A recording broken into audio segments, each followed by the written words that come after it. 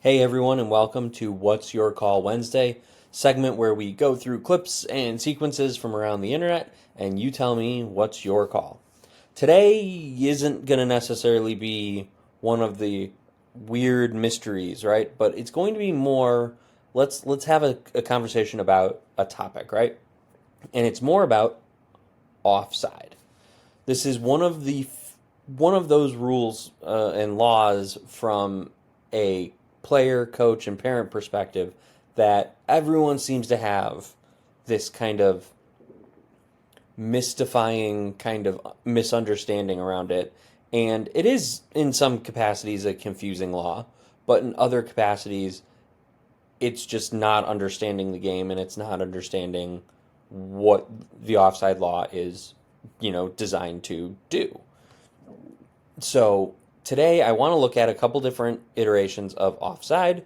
I want to kind of talk through how we can improve our offside recognition and ultimately how we can better explain offside to those who might not understand it, right? So first, let's jump through. I want to show you an image for anybody in this group or not if they are questioning what offside is, right? This image does a great job. So the definition of the offside position is if a player is closer to the opponent's goal line than the second to last defender or the ball, whichever of those two are closer, they are in an offside position. Now, here's where the explanation really needs to be involved, because it is at the kick point or at the playing of the ball. If the player is in the offside position and they become involved in play, whether or not that's receiving the ball directly, interfering with an opponent, interfering with or in the line of sight of an opponent, that's mostly the goalkeeper, they are then involved in the play and they are offside. They are committing an offside offense. So this image right here, you can't really see the ball, but it's behind this blue player right here. We see the white player kicking it, and we clearly see the blue defender. That's the second to last defender. We see the white attacker. The red line is where the attacker is. The furthest point of the attacker, and the blue is the furthest most point of the defender. Of the parts of the body that can legally play the ball. Let's not even get into that because we are not VAR. We don't need to worry about that. Just know that if you're running a line and you see an arm jut out, the arm does not count. The foot, that does. Anyway, so now we have the definition of offside. This is the moment when it matters. The kick point, right? This is where we kind of, if we're the AR, we're moving back and forth. We've got, we're in line with the second to last defender, this blue player here, and we are, in this case, we'd be down here. We're looking across, we see it, and we take that snapshot. We listen for the kick. We don't watch for the kick because otherwise we're not going to see the defender. We listen for the kick. We look at the AR, or we look at the players. We determine who's positioned where, and then the next step is determining, are they involved in play? It's not an offense in and of itself to be in an offside position. However, you need to become involved in play from the offside position in order to be guilty of an offside offense. So, these next two clips, one I just posted yesterday, so that's going to be fresh in everyone's head. The other one's actually from a few years ago. It's a professional game. I believe it's Leicester City versus Manchester United, but I'm not sure who the opponent is. I know one of them is definitely Manchester United. So let's have a look here. From this though, we have a solid understanding. This is offside. Everyone in here should have a pretty good grasp of this concept, but if you don't, there you go. Second, so now let's talk about what it means to be involved in play. So both of these sequences that I'm going to show next are going to raise that question of, is the player in an offside position? And if they are they involved in play? Now, here, let's just watch this so that we see it. And there's an additional element that this clip is going to bring in that I didn't mention before.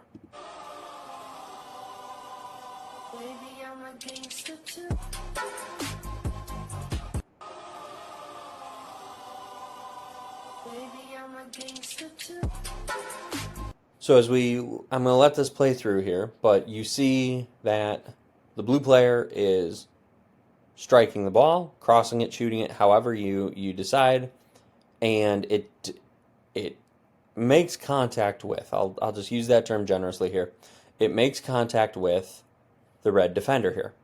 Now, is it a deliberate play on the ball, or is it just a deflection? Now, the considerations for a deliberate play: are they able to see it coming? Are they able to adjust their body to control the ball? Are they able to, are they making a move to play the ball, right? Or is it just kind of hitting off of them and going forward, right?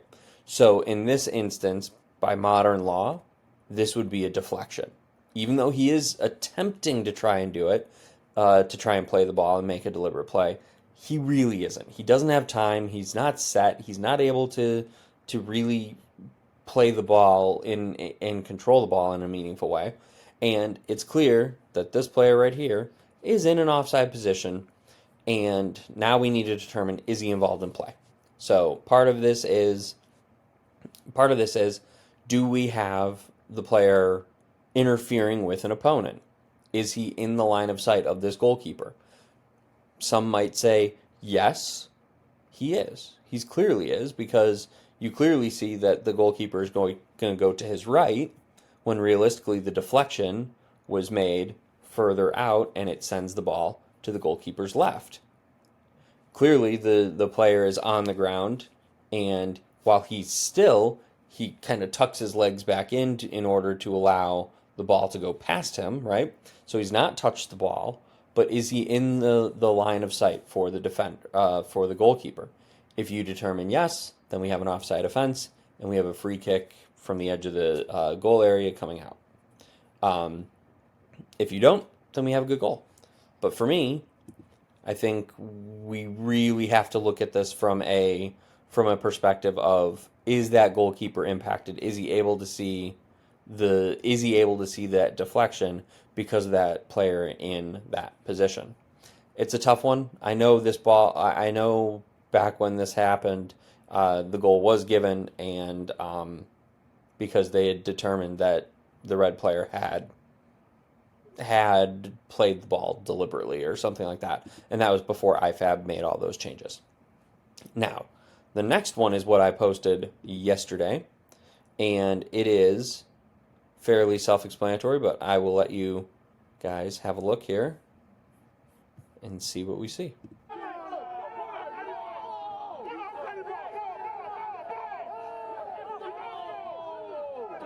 Now that's the meaningful part of the clip. Here you're going to see some dissent. Second yellow card leads to a red card, and Bob's your uncle. So, in this one, we see the player who's ultimately in an offside position. I'm going to mute this and just let this play through. I think many of you will have seen this one already. So number 8 is going to receive the ball from an onside position, but it passes by this forward player here, and that's it. So now do we have so kick point, he's about a yard onside. The other player's clearly offside, but he steps away from the ball. He's not around a player. He's not influencing play. We don't, in my opinion, have an offense here, because this is one of those moments where we have to kind of keep an eye on the kick point and go forward. Now, my ultimate takeaway on this one is that this is what we see all the time, right? The referee is focused on the contact, on the play, on fouls, and so forth, and they just say, AR, you have offside 100%. And that's not always the way we need to be handling that, right? Because we need to be a team and not just, a division of decision. but actually going through and helping each other make the decision, right? So there's a couple of different things that can happen here. One, the AR might think that this other player who's in an offside position is involved in play, and therefore he raises his flag. Or he may think that the player who receives the ball is in an offside position and is now not, is committing an offside offense just by having the ball played to him. In either case, if the AR thinks that far side player who receives the ball from the onside position is off, which clearly we see here, he's really not, then we really, unfortunately, as a center referee, we don't have much that we can be able to do. However, as the referee, if he's saying the other player is off, but we can kind of know in that sequence that that player has not been involved in play, we can wave the AR down and we can continue on with play to whatever natural conclusion it comes to. It does look like this would be a fairly strong, promising attack, an obvious goal scoring opportunity if that flag had not gone up and the referee had not stopped play. So for me, this is a teamwork communication error because there's more elements to it, right?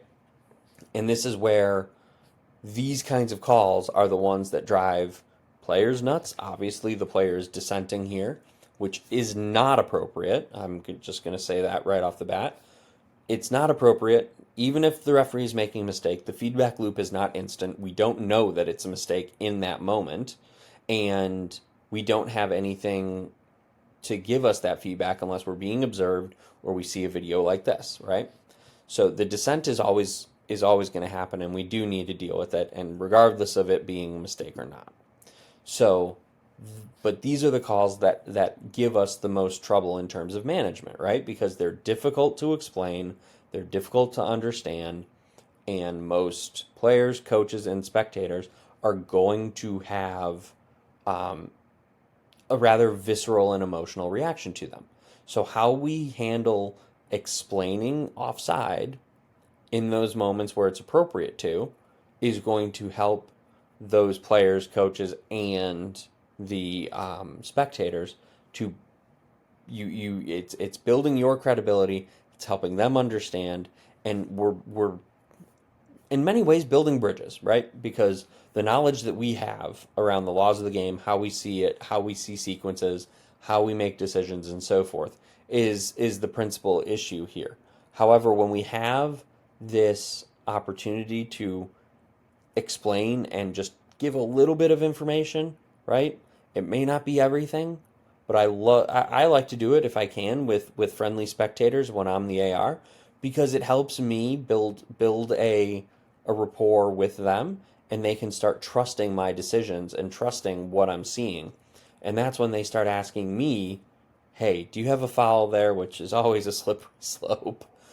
But you have this opportunity to start to have a conversation around what is a really, really complicated law for someone who's not involved in it day in and day out the way we referees are. So with that, I want to know what you guys think about offside. I want to let you, what are your tips for sharing and educating those around you about offside, especially spectators, coaches, and players? And I want to know your opinions on both of the sequences we watched. Would you have subjective offside? Is there another opportunity that you can see here that might be a little bit more valuable to these referees?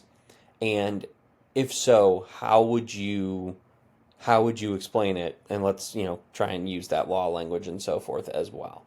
So from there, I hope you guys have a great week, and I will see you guys for Infringement Friday, and I look forward to hearing what you guys think on offside and both of these decisions from here.